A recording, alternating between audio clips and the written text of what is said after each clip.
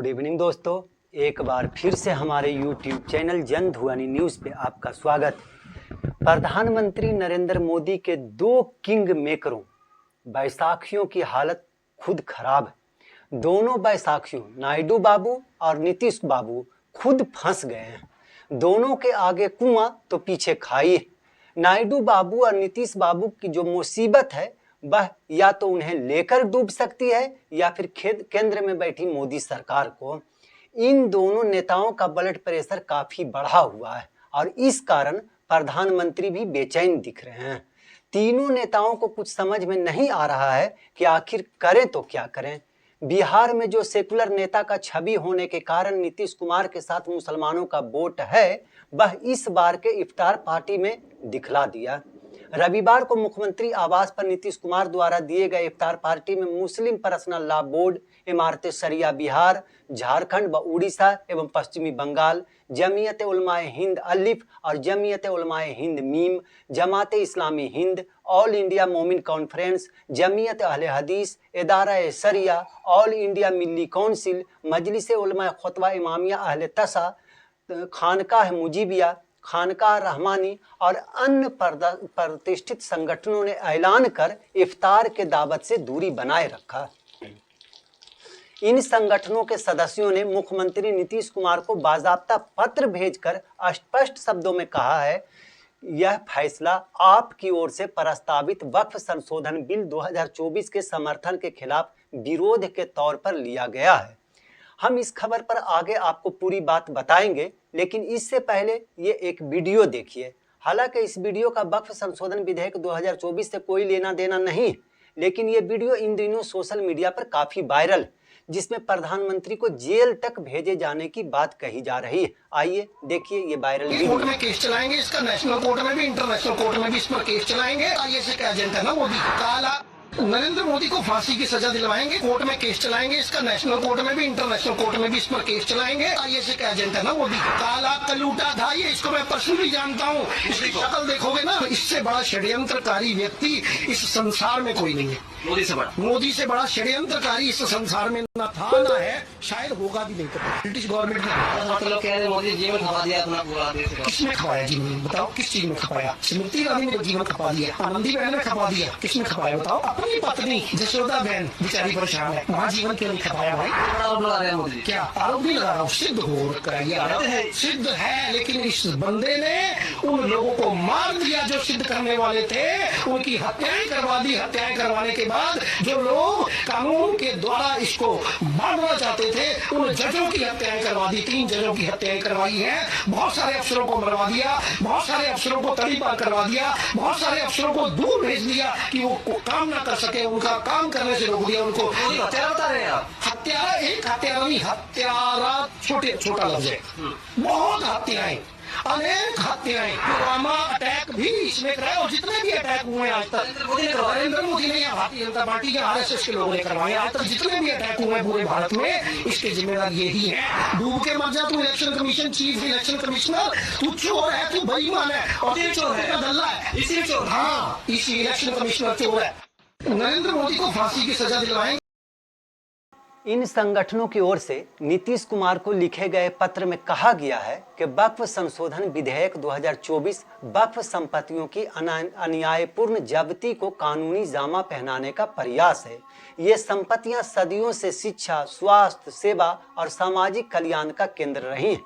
सदस्यों ने उदाहरण देते हुए पत्र में कहा है कि अगर ये कानून बन जाता है तो इसका किन किन संस्थानों को नुकसान हो सकता है। सबसे पहले उन सदस्यों ने कहा है कि इस कानून के बनने से विश्वविद्यालय, कॉलेज और स्कूल जो वंचित समुदायों को शिक्षा प्रदान करते हैं उसे नुकसान पहुंचेगा। उसके बाद महिला आश्रय गृह, अनाथालय और चिकित्सा राहत केंद्र जो गरीबों और जरूरतमंदों की सेवा करते हैं, उसके बाद अस्पताल, क्लिनिक और सार्वजनिक कल्याण परियोजनाएं जो कमजोर वर्गों के लिए बनाई गई हैं उसे नुकसान पहुंचेगा।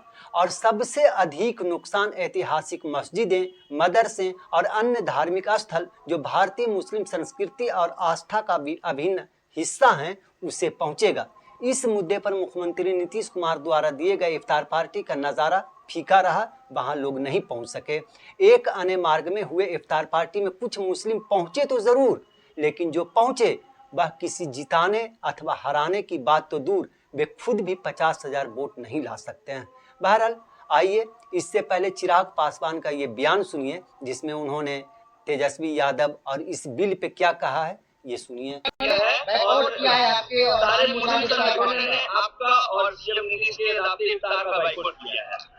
देखिए, मैं मदनी साहब का बहुत सम्मान करता हूँ, आदर करता हूँ। उनसे पुराने संबंध हम लोगों के रहे हैं।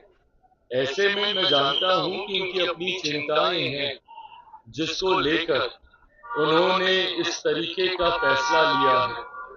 बहरहाल मैं बस उनसे इतना कहूँगा कि जिनको उन्होंने मुसलमान समाज का संभवतः ठेकेदार बनना सही समझा है, क्या वो लोग उनके हितों का संरक्षण कर पा रहे हैं?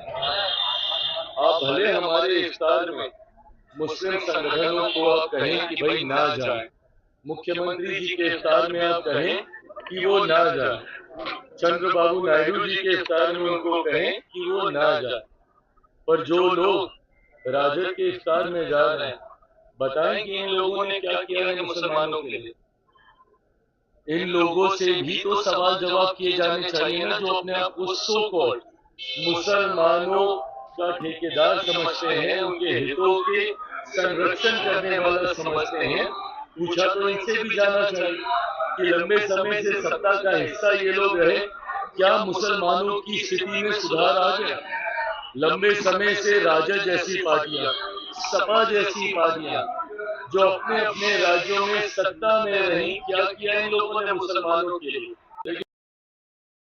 मुसलमानों का मुख्यमंत्री के इफ्तार पार्टी से बायकॉट करना उनके सेकुलर होने के छवि को धूमिल कर दिया है।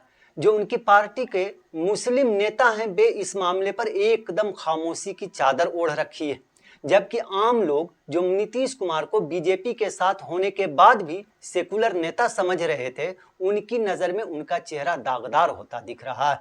दूसरी ओर बिहार में नीतीश कुमार के दावत इफ्तार से मुसलमानों के बायकॉट करने के मामले को चंद्रबाबू नायडू ने भी गंभीरता से लिया है। हालांकि कुछ महीने में ही बिहार विधानसभा का चुनाव होना है और नायडू बाबू इससे अभी बचे हुए हैं, लेकिन वे देख रहे हैं कि कहीं वक्फ संशोधन बिल के मुद्दे पर उनका भी मुसलमान वोटर छिटक न जाए। ऐसी स्थिति में दोनों बाबुओं यानी नीतीश बाबू और नायडू बाबू के लिए तो आगे कुआं और पीछे खाई दिखाई दे रहा है। मोदी जी के लिए भी ये बिल गले की फांस बन गया है। अब ऐसे में अगर नीतीश बाबू मुसलमानों को खुश करने के लिए वक्फ संशोधन बिल के खिलाफ जाते हैं तो ये बिल अटक सकता है, और अगर नायडू बाबू भी नीतीश बाबू के साथ आकर इस बिल का मुद्दा बनाकर अलग होने का ऐलान कर देते हैं तो फिर दिल्ली का तख्त हिल भी सकता है। बहरहाल आज की इस खबर में बस इतना ही। आगे की खबरों के लिए बने रहें हमारे साथ। आपको ये वीडियो पसंद आया हो तो कृपया इसे लाइक करें और हमारे चैनल को सब्सक्राइब करना ना भूलें।